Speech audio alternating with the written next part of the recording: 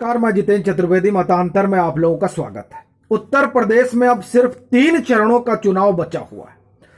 अब ये जो 3 चरण हैं, असल में ये चरण अब तय कर देंगे कि उत्तर प्रदेश की गद्दी पर बैठने कौन जा रहा है, कौन लखनऊ में लोक भवन और कालिदास मार्ग पर विचरण करेगा। ये तमाम चीजें तय करेंगी। लेकिन जो गलतियां हो गई हैं, उन गलतियों ने तो कम से कम साइकिल की संभावनाओं को ऐसा लगता है कि खासा नुकसान पहुंचा दिया है।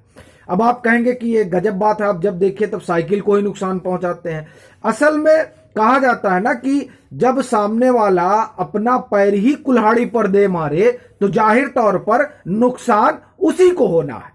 तो हम 2-3 बातें हैं जिस पर आपसे बात करेंगे और उसके बाद में उस माहौल पर आएंगे। लेकिन हम उस माहौल पर आने से पहले वहीं से शुरू कर देते हैं और फिर उन बातों पर आते हैं जो लगता है कि समाजवादी पार्टी के लिए बड़ा डायसी होने जा रहा है आने वाला 3 चरण। देखिए, गोरखपुर में जो अपनी बात हो रही है और जिस तरीके से गोरखपुर में उत्साह का माहौल है, उससे एक चीज तो लग रहा है कि उस गोरक्ष प्रांत के इलाके में समाजवादी पार्टी की दाल गलना बड़ा मुश्किल है और संभवतः वो गल भी जाती अगर कुछ चुनिंदा बयान ना आते। उन बयानों ने ये जो दाल गलने की संभावना थी, उस संभावना को खत्म किया है। मैं अभी गोंडा में बात कर रहा था, तो जब गोंडा में मेरी जो बातचीत हो रही थी, मैं थोड़ा समझना चाह रहा था कि असल में गोंडा की क्या स्थिति है। तो जब मैंने फोन किया, ये कल की संभवतः बात है, जब मैंने फोन किया तो वहां चर्चा योगी आदित्यनाथ के उस रोड शो की थी, जो रोड शो हुआ अयोध्या में।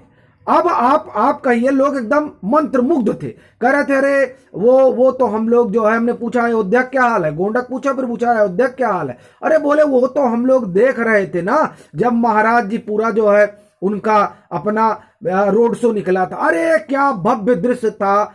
मतलब आप ये समझिए कि अयोध्या में रोड शो हुआ और उसका प्रभाव वहां से 100 किलोमीटर दूर गांव में हो रहा है और गांव में लोग बाकायदे यूट्यूब पर देख रहे थे उस रोड शो को। जो बात हमने गोंडा में समझी, वही बात हमने गोरखपुर में भी समझी। कहने का तात्पर्य अपना यह है कि ये जो गोरक्ष प्रांत है, इस प्रांत में जिस तरह से योगी आदित्यनाथ का अपना जलवा है, और वो जो जलवा है वो आप एक व्यक्ति की वजह से टाल सकते हैं कि नहीं आदित्यनाथ का क्या जलवा है, लेकिन जब वो योगी आदित्यनाथ लिखते हैं और वो जो भगवा पहनते हैं, असल में वो जो भगवा है, उस भगवे ने जो उनको उनके प्रति लेकर जिस तरह के एक भाव पैदा किया है जनमानस में। देखिए, ये मैं आपको वो बता रहा हूं जो तमाम जगह बातचीत करके मैं समझ पाया। उस भगवे पर आक्रमण होता है सिराथू में। अब उसका इंटरप्रिटेशन जो भी रहे, लेकिन यह कहा जाता है कि वो भगवा रंग, जंग चढ़ा भगवा रंग। अब आप देखिए कि योगी आदित्यनाथ पर, वो मुख्यमंत्री हैं, उन पर आप हमला कर सकते हैं और होना भी चाहिए। वो मुख्यमंत्री हैं, उन पर हमला होने में कोई हर्ज भी नहीं है। लेकिन जो बयान है, उस बयान ने बड़ी जो है, आप ये समझिए कि समाजवादी पार्टी की संभावनाओं को धूमिल कर दिया। क्योंकि ये जब आप 5वें, 6वें और 7वें चरण में जाते हैं तो ये समाजवादी पार्टी और बसपा का एक तरह से समझिए कि यहां बड़ा होल्ड रहा है। लेकिन 2014 से वो सब होल्ड चला गया। अब आप पहले वो बयान सुनिए। वो ये जनसत्ता की खबर, उसके हवाले से मैं आपको बयान सुना रहा हूं।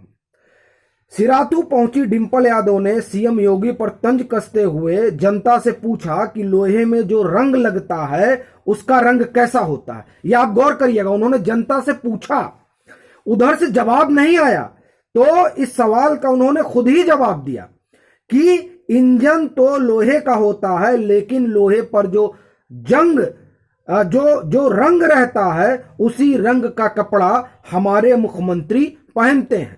अब इसका एक इंटरप्रिटेशन ये भी है कि जंग के रंग वाले इंजन को हटाना जरूरी है, ऐसा वो कहना चाह रही थी, लेकिन वो कह क्या गई, असल में उसका मतलब ये अब निकाला जा रहा है और ये निकाला जाएगा, क्योंकि ये राजनीति है और राजनीति में बयानों के बड़े मायने होते हैं और बयान जो है वो पूरी सियासत बदल देते हैं। अगर आपको ध्यान ना हो तो आप कल्पना करिए कि जब बोफोर्स का मामला उठा था और उस बोफोर्स के मामले में विश्वनाथ बीपी सिंह ने बाकायदे कोई समझौता नहीं करते हुए और कांग्रेस छोड़ दी थी और तब नारा लगा था राजा नहीं फकीर है।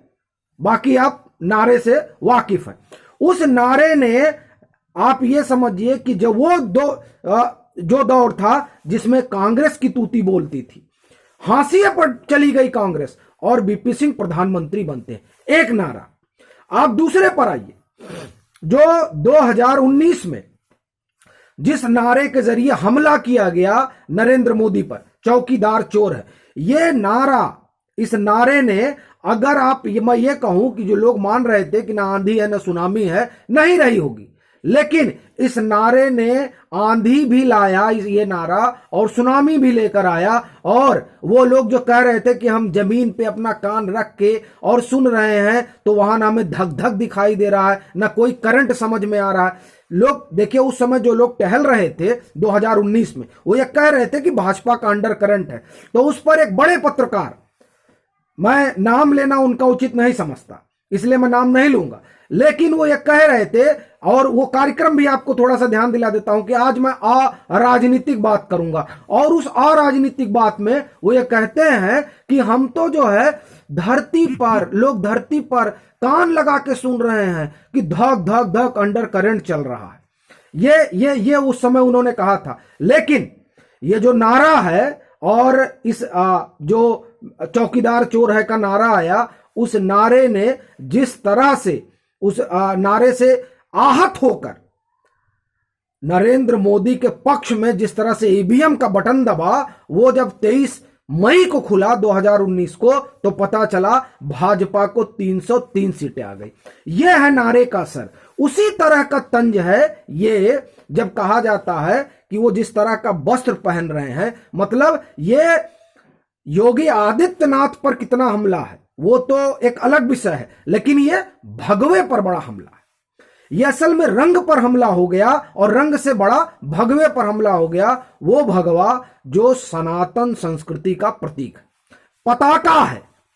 ये जो चीज है, ये चीज मुझे लगता है कि बहुत असर करने जा रही है उस चरण में जो चरण गोरक्ष प्रांत में पड़ता है। और गोरक्ष प्रांत में ये भगवा और ये योगी आदित्यनाथ का क्या असर है, क्या प्रभाव है, ये बताने की जरूरत नहीं है। तो एक तो ये जो है, ये लगता है कि ये भारी गलती हो गई और ये गलती कहीं बहुत भारी ना पड़ जाए, एक तो ये। दूसरा, आप ये देखिए कि स्वामी प्रसाद मौर्य का जिस तरह से उनका बयान है, वो बयान, मुझे ऐसा लगता है कि वो बयान नुकसान पहुंचा रहा है। जब वो आए और उन्होंने हमला किया बहन